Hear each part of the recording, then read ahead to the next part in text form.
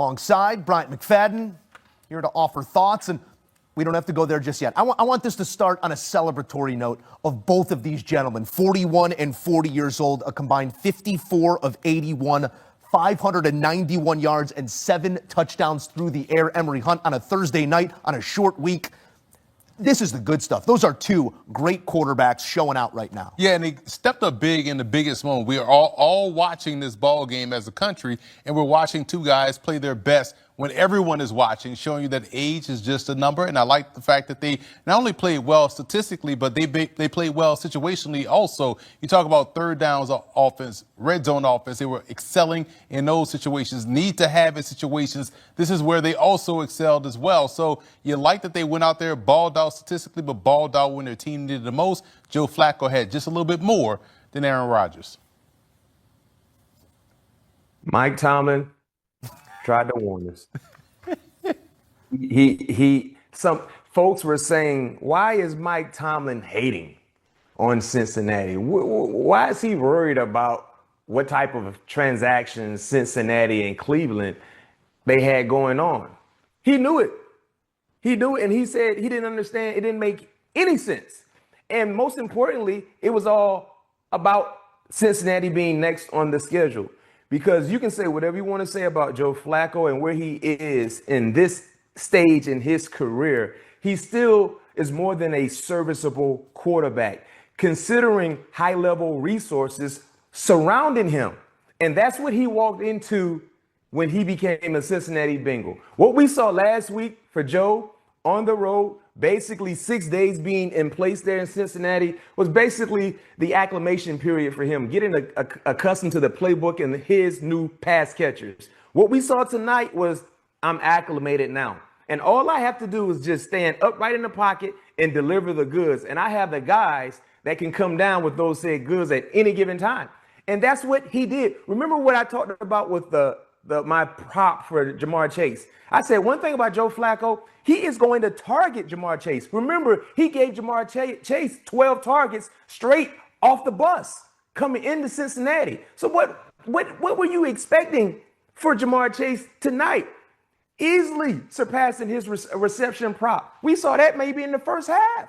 So when Joe Flacco did, to Emery's point, he was just comfortable and he was wheeling and dealing. And when anything was in question, guess who he looked for?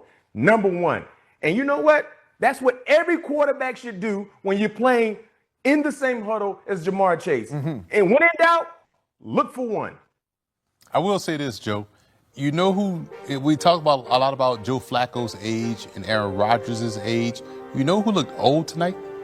Jalen Ramsey and Darius Slay. Yeah. Flacco looked younger than those guys, how they played. And that's where I'd like to go next year after we do offer some accolade here to Jamar Chase in the win, his 16 receptions, the most in franchise history. So not just going over that prop, but going over any receptions that anyone in that jersey has ever done before. He does it here on a short week with a 40-year-old quarterback. Mac, that is the what of it all.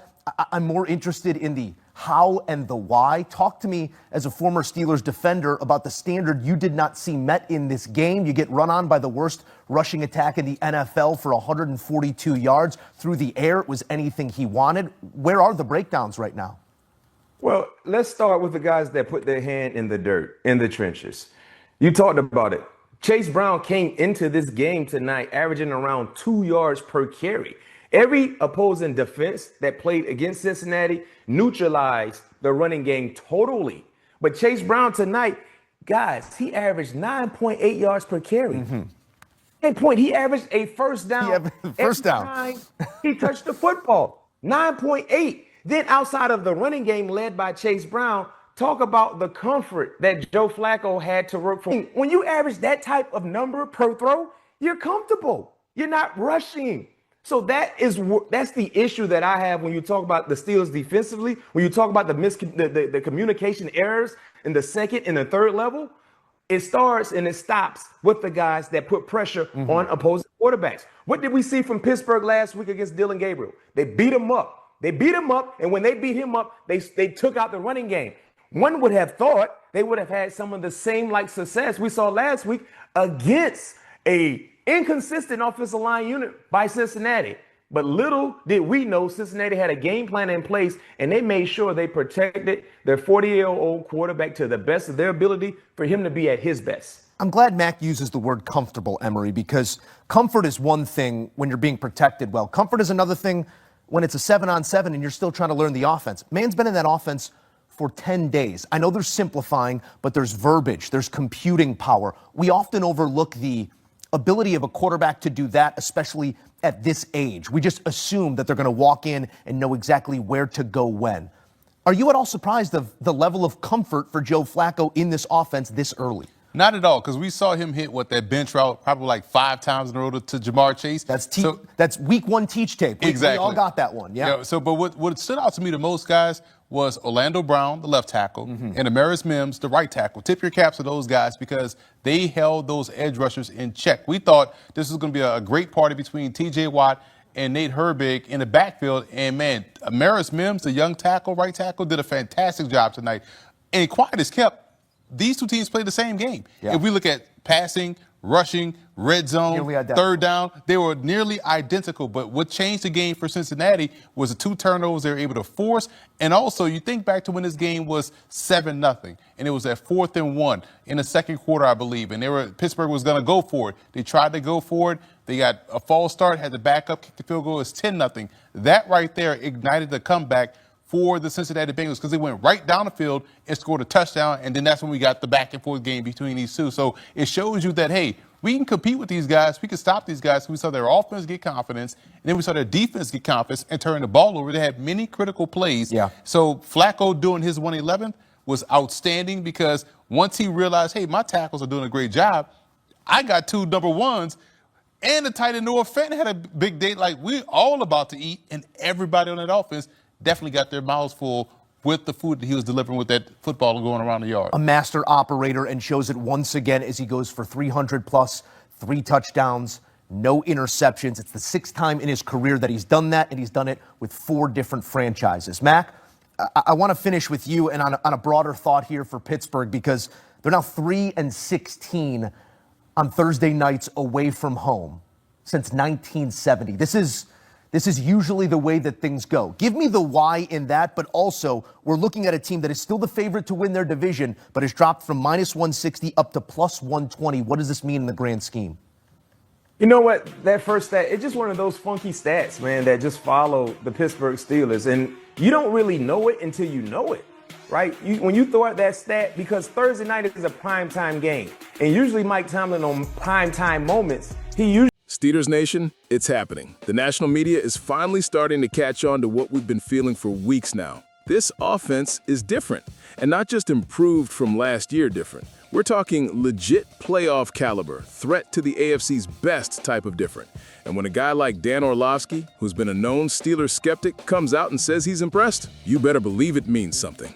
Let's rewind the clock. Heading into this season, Pittsburgh was a mystery. The roster had been shaken up. No more Dan Moore Jr., no more Najee Harris, no more George Pickens. Instead, you bring in Aaron Rodgers, future Hall of Famer, you bring in DK Metcalf, and you put Arthur Smith in charge of crafting a brand new offensive identity. And the reaction across the league? Doubt. People said the offense would stall. Some said the team would start 0-6. Well, guess what? The Steelers are sitting at 4-1, on top of the AFC North. And this offense is not just surviving, it's thriving. Dan Orlovsky went on national TV and said it clearly. He likes what he sees. He called Pittsburgh's offense creatively cautious, a compliment. He praised the identity this team has found, the understanding of what works and what doesn't. You want to talk about system, about discipline? Arthur Smith has built something that works around the pieces we have. A QB who can hit tight windows, a run game that doesn't quit, tight ends who block and catch, receivers who stretch the field. This isn't the predictable, plodding offense of the past few years. This is a unit that can control the pace, punch you in the mouth, and then hit you over the top. Let's be real, this offense isn't perfect. They kicked 3 field goals in the first half against Cleveland, but even that was an improvement. Last year, that might have been 3 and 3 outs. This year, it's 9 points in time of possession. That's efficiency. That's progress. And yes, it's Rodgers at the heart of it, but it's also Darnell Washington. It's DK, it's Jonnu, it's the offensive line holding their own. And speaking of Darnell Washington, the man has become an X-factor. Against Cleveland, he had 62 yards on just 3 catches and dominated as a blocker. He's creating lanes in the run game. He's stretching the field from tight end alignments. He's making Rodgers' life easier. He's helping Arthur Smith open up the playbook. The more this guy plays, the better the Steelers look. And that's not a fluke. It's development, it's scheme, it's execution. Back to Orlovsky, he said something that should fire up everyone watching. This offense can beat Buffalo. It can beat Kansas City. It can beat Indy. That's right. We're not just talking about squeaking into the playoffs anymore. We're talking about being able to stand toe-to-toe with the top dogs. And if you've been waiting for the Steelers to finally win a playoff game again, to make a real run in the AFC, this might be the year. So here's the bottom line. This offense isn't the question mark it used to be. It's becoming a strength. And with Rodgers at the helm, with weapons developing week by week, with Arthur Smith calling plays like a chess master, Pittsburgh is officially in the mix. Steelers Nation, let's hear it. Are you buying in? Do you believe this offense can go into Arrowhead or Orchard Park and come out with a win? Drop your thoughts in the comments. Smash that like button if you believe this offense is for real. And don't forget to subscribe to Steelers Nation Wire. We're covering this run all the way to January and maybe beyond.